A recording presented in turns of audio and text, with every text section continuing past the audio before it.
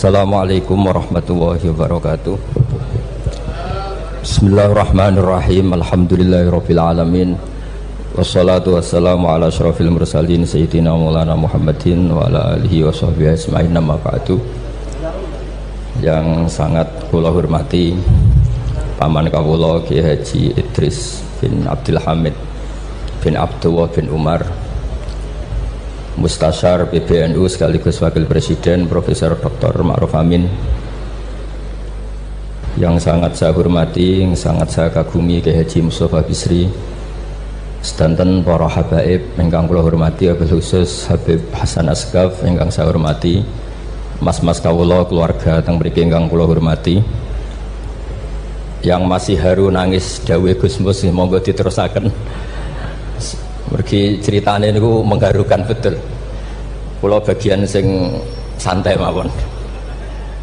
Jadi diantara yang disesali Sayyidina Umar itu justru kesolehan Abu Bakar yang berlebihan, karena nirune terus kangelan.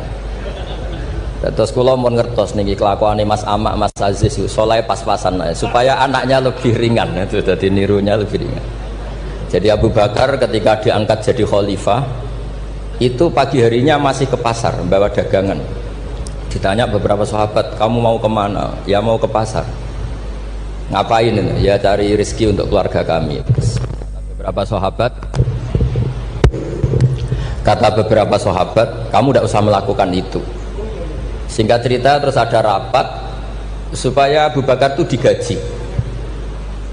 Akhirnya digaji dan beliau nggak perlu kerja tapi fokus memikirkan umur al-muslimin. Tapi setelah beliau mau wafat itu semua gajinya dihitung, kemudian nyuruh keluarganya diganti. Akhirnya diganti. Setelah diganti, beliau dalam posisi wafat, segala kebaikannya diceritakan. Itu komentarnya Sayyidina Umar itu lucu. At-abta man ba'dak, mbok nak soleh aja nemen-nemen, sing genti ku repot. Jadi kalau Mbah Hamid itu terkenal alim, terkenal wali, terkenal donyane mustajab, itu sing repot itu putune. Kalau nak gojlok Mbah Idris rawani, mergo paman. Tapi nak terus niku repot putune. Misalnya apa yang ganteng ya kalah ganteng, apa alim ya kalah alim, donga mandi ya kalah mandi. Pokoknya kalah kabeh. Terus repot. Mulane maca manaqib niku nggih resiko sebetulnya. Kula niku cara dadi putune Mbah Hamid, iki ora wani cerita Mbah Hamid, demen diarani, lah putune kok ngene. Dadi niku nggih repot-repot. Terus nak Gus Ipul mun nyerah mek kula mun nyerah Gus dadi wali, mun kepingine wali kota mawon. Niku mun cocokan kalian kula pas kawine napa nikahe Mas Aziz. Terus babai wali tadi ini frustasi, mun frustasi, bukan kepen dadi wali kados babai tapi terus kepen dadi wali kota. Itu kalau gak tawaduk ya frustasi memang. Kalau gak tawaduk ya frustasi. Tapi bagus lah, karena ciri utama wali itu ngurusi amror ro'iyah, urusan apa? Rakyat. Jadi itu wali betulan maupun wali kota itu ada titik samanya, yaitu sama-sama memikirkan urusan apa? Rakyat. Bedanya yang wali betulan digaji Allah, yang wali ini digaji negara, itu saja bedanya. Tapi sama-sama al-ihtimam bi umuril muslimin, sama-sama serius mengurus urusannya orang-orang Islam. Saya kalau tadi saya memang menyiapkan materi yang ilmiah karena saya punya naskah nadzumanipun Sulam Taufik yang dinadzumkan Mbah Hamid, nanti saya terangkan. Tapi karena merujuk dawuhipun Mbah Mus, Mbah Hamid itu sepupu sama mbah saya, sama-sama lahir di rumah di Lasem di Al-Fakhriyah. Itu memang mulai dulu terkenal wali, mulai kecil. Tapi saya akan cerita dari sisi keilmuan beliau. Beliau lama sekali ngaji di Mbah Khalil Harun, jadi mertuanya Ki Bisri. Tapi lebih lama lagi ngaji di Mbah Dimyati. Mbah Dimyati itu 12 tahun. Sampai dapat julukan Abdul Juman. Juman itu satu nadzuman ilmu balaghah yang paling sulit. Jadi balaghah itu ada karangan Mustafa Al-Hulayaini, itu yang bentuk nasar itu masih gampang lah. Ada Jauharul Maknun itu masih gampang. Setidaknya bisa dianggap gampang. Kalau nggak gampang ya dianggap gampang. Tapi yang paling susah itu Juman. Saking susahnya itu nggak ada yang bisa nyarai. Akhirnya mu'alifnya nyarai sendiri. Itu namanya kitab Bukutul Juman. Berarti didol gak payu, akhirnya dipayoni mu'alifnya sendiri. Karena kaidahnya sudah ruwet. Dan itu diantara keahlian beliau memang tentang Juman. Seperti yang diceritakan Gus Mus tadi, diceritakan Mbah Mus tadi.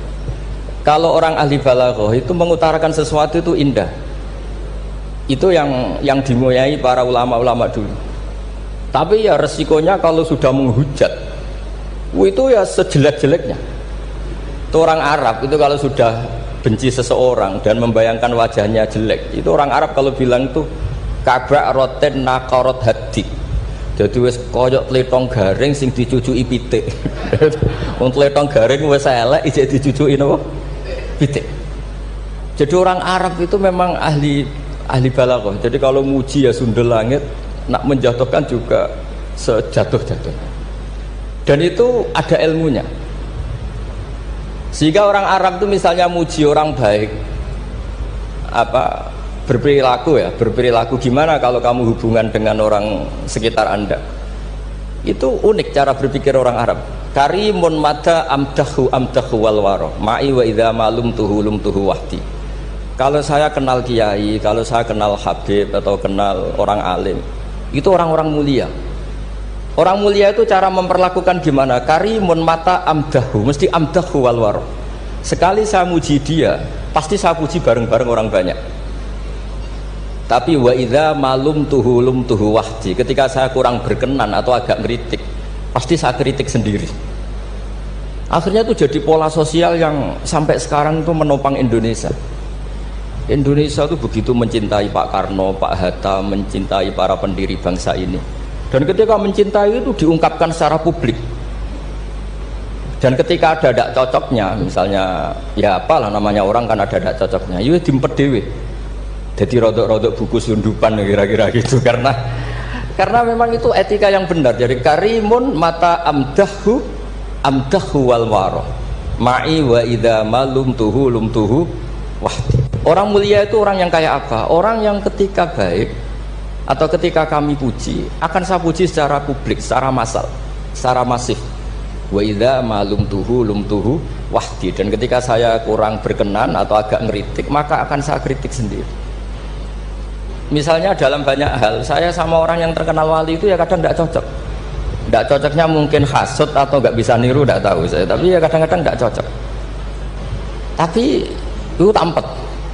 Ini tak omongkan itu untuk cerita, bukan. Karena wali itu ya punya rival. Ada rivalitas wali itu ya ada. Ada dua wali besar yang saling tidak cocok. Satu itu wali kalau sakit itu muni waduh pokoknya sakit. Ditiliki sama wali, sama-sama wali. Kamu itu wali kalau sakit kok waduh wali model apa? Wali itu ya kayak saya, tidak pernah sambat gitu. Kalau sakit pun menengahi gitu. Terus justru itu masalah kamu di situ. Sok wali pakai perilaku wali. Justru saya seperti ini jadi wali karena koyok wong awam. Ini tawaduk saya gitu. Jadi ini dua wali besar, kucul-kucul kan. Maka kalau ada orang muni waduh aduh anggap wali yang sedang tawaduk niru orang awam itu. Atau memang awam betul. Jadi wali itu ya kucul-kucul kan, ya saling tidak cocok. Maka masyhur dalam cerita Abu Yazid Al-Bustami, itu beliau GR sama Allah sampai tanya, ya Allah yang setingkat dengan saya itu siapa?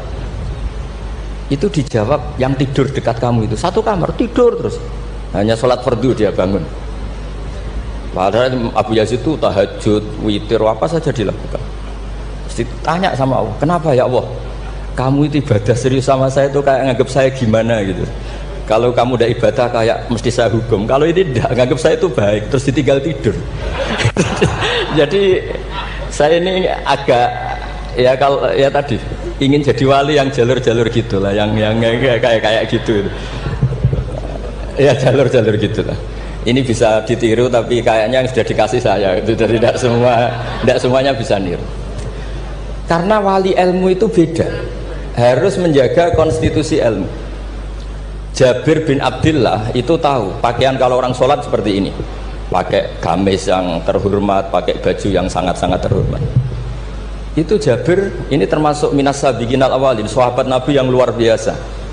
Itu datang ke masjid, kamisnya dicopot, pecinya dicopot, terus tinggal satu sarung, akidan torofaihi ala atikihi. Ini cerita itu ada di Bukhari, di bab Kitabul Ilm. Zaman kalau tentang saya berarti tentang Bukhari, karena ini ada di kitab Bukhari.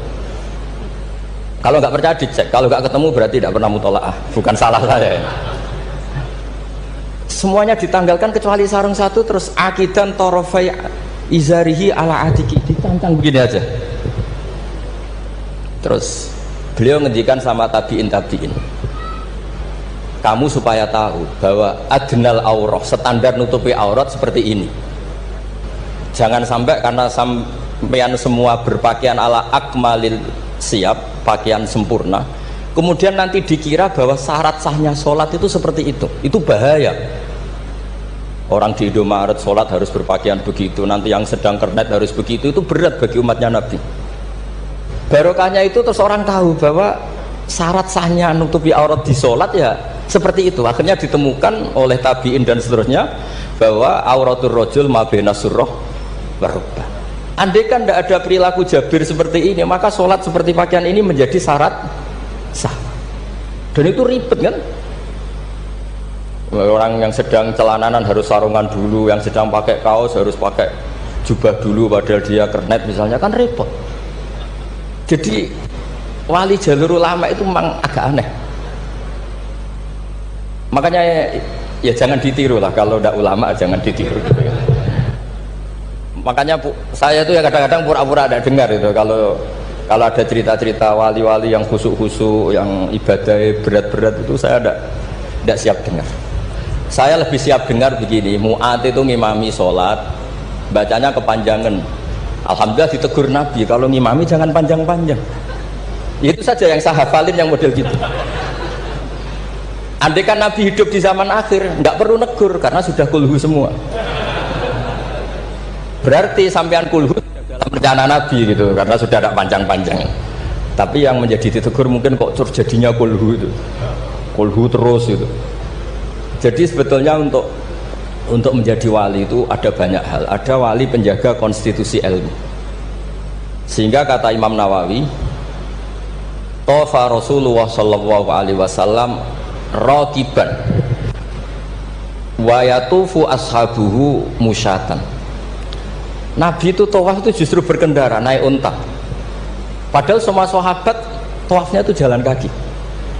Kata Imam Nawawi, Nabi yang tawaf berkendara itu afdolu wa afdolu bi alfi darajatin dibanding tawafnya sahabat yang jalan kaki. Meskipun secara kaidah al ajur bi qadrit ta. Karena Nabi andaikan tidak tawaf raqiban, maka akan dikira sarasatnya tawaf itu harus jalan. Dan itu kita kebingungan ketika harus tawaf pakai kursi roda, pakai kursi dorong. Tapi barokahnya Nabi tofa raqiban, maka akan ada konstitusi baru bahwa tidak menjadi syarat sahnya tawaf harus masyian, tapi sah secara raqiban. Jadi wali itu ya macam-macam. Sehingga kitab Sulam Taufik yang dikarang oleh Habib Alim Al-Alamah Abdullah bin Husain bin Thohir, itu dikarang seorang Habib Alim Alamah wali abdal. Tapi ketika ngarang fikih itu diantara yang ditersangkakan itu apa? Ijabu malam yajib, mewajibkan sesuatu yang tidak wajib. Saya ini didikan Mbah Maimun, didikan bapak. Kalau Mbah Mun ngeluh gitu, aku sakjane ya kepengen hak santriku tirakat terus apalah. Tapi tirakat itu gak wajib. Engko nak ijabu malam yajib aku dosa. Akhirnya keterusan kalau entah ketirakat. Jadi bagi yang tidak dirakat, anggap aja ngelakoni apa? Tidak boleh mewajibkan sesuatu yang tidak wajib. Sampai tidak boleh bilang santriku wajib puasa Senin Kemis. Cari kitab sunat kok bu arani wajib. Tapi resikonya nanti santri merata puasa Senin Kemis, mereka bu arani sunat terus. Resiko mana? Tapi apapun itu ini ilmu. Sehingga kata Ibnu Hajar Al-Asqalani, dan ini kebetulan banyak yang niru, tapi kita cukup punya argumentasi untuk tidak niru. Nabi itu sama masih ingat dawe Mbah Mun, wong lakoni kitab ya aja nemen-nemen. Nak nemen-nemen kok kowe ya kaya wong-wong iku. Gak berusaha sebut lah, ini sensitif. Wong-wong iku siapa kamu tahu? Nabi itu kalau habis sholat, karena Rasulullah Shallallahu Alaihi Wasallam idan sorofa min sholatihi akbala alal hadirin atau alal musallin. Jadi Nabi setelah sholat, kalau beliau menghadap kiblat, setelah itu menghadap kemana? Ke timur, karena akbala alal hadirin. Tapi para syurrahul hadis, para syurrahul Bukhari itu menafsirkan itu tidak harus menghadap ke timur. Itu adalah bentuk maklumat dari Nabi bahwa imam setelah sholatnya selesai harus mengatakan sesuatu atau melakukan sesuatu apa saja untuk memaklumatkan kalau sholatnya sudah apa? Selesai. Kenapa itu harus demikian? Kata Imam Bukhari, kata Surahul Bukhari, orang itu berjalan 3 kilo, 7 kilo demi menangi Nabi itu jadi makmum. Bayangkan kalau Nabi tetap menghadap kiblat dengan posisi kayak tawarruk, lungguh tahiyat akhir, nanti Nabi dikira masih sholat. Dan kalau orang itu takbir Allahu Akbar terus ikut duduk, sholatnya sah apa tidak sah? Tidak sah, karena dia menggantungkan sholat dengan orang yang sudah tidak sholat. Itu bahaya, secara fikih seperti itu udah kebahaya, karena irtibatus sholat biman laisa fi sholatin, dia menggantungkan sholat dengan orang yang sudah tidak sholat. Dan itu secara fikih bahaya, maksudnya bahaya dianggap gak sah. Untuk memaklumatkan itu maka Nabi menghadap ke timur kalau dalam konteks Indonesia, supaya mereka tahu kalau Nabi sudah tidak sholat.